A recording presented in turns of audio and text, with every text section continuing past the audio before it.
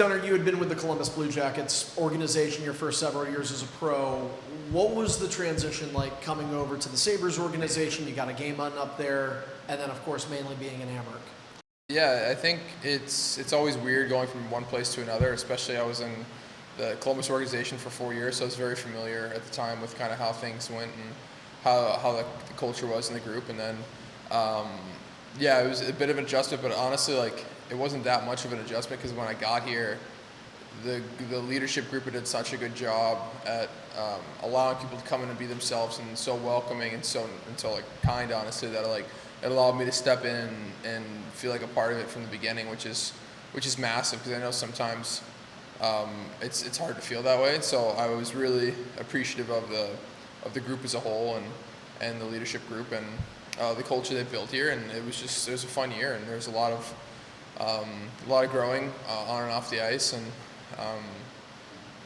I mean, I really enjoyed being a part of this organization, and I'm excited for next year. I feel like I've asked you something along these lines a few times this year, but like back-to-back seasons, you've been with some really, really good hockey teams. How was this Amherst team different or similar from Cleveland? Just so much fun to watch. Like the skill, the speed. Like I'm just like so many times this year I was like, what did I just see right there? Like it was so much fun. Like every day to see.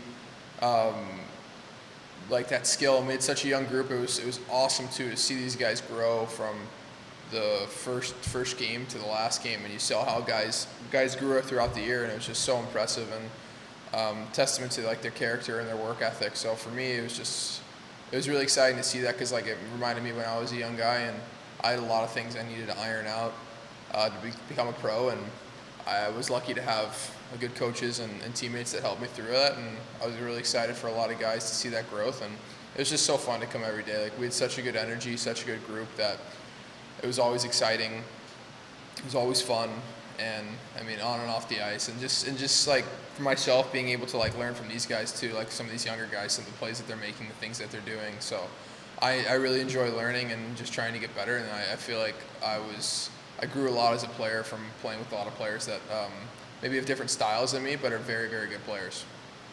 You wore a letter for this team, and you go from a new guy to one of the guys by the end of the season. Did you feel your voice expand from the start of the season into the playoffs? Yeah, I think it was a process in that too. Like I said, it was really good that I was able to feel comfortable coming in right away, and it was nice having different experiences than a lot of the other players, being on a different team last year and a little bit of a different style. So it was nice to kind of have a different viewpoint on a lot of the things, which I think was helpful at times. But I think that's, again, testament to the leadership group and the guys here for allowing me to share my thoughts at points and to receive them. And then, to just have a conversation, and they help me as a player, I help them. And so I think that was just part of it. We got closer and closer. So we got to understand each other more. We got to be more vocal about things. And so for me, it was a good process, and I really enjoyed that process. And yeah, I felt as the year went on, I was able to use my voice more and more at times and understand how guys work. And so I think, I enjoyed that, and the guys were great, and I think I learned a lot. Like I said, I learned a lot from them, and there were times where they had to teach me and tell me things, and I think I grew from that as well. Your first response to the first question I asked you ended with you being excited for next year. And having been in the minor leagues, like there's a next year for so many guys is not guaranteed because so many players are on year-to-year contracts. How nice is it to be on that 2-year deal and know that, barring something unforeseen, you're back with this organization? Yeah, it's I mean, like you said, it's so nice just to have that a little bit of security and knowing kind of what's going to go on. So yeah, it's sometimes hard in the AHL. Like it's hard to have the same team 2 years in a row. I mean, it's even the NHL, any league, it's hard to get that again. So the group will never be the same, which is the sad part. That so you hope you can get as many guys back as possible, just with how close we were getting and how close we got. So that part's always hard, but for me, I'm fortunate to be here for another year, and yeah, I love the organization. I love the group of people that we have here, and I think there's a lot of really good people involved, and we all want to be successful, and I think that we're taking the right steps to do that. You have any exciting plans for the off season away from hockey?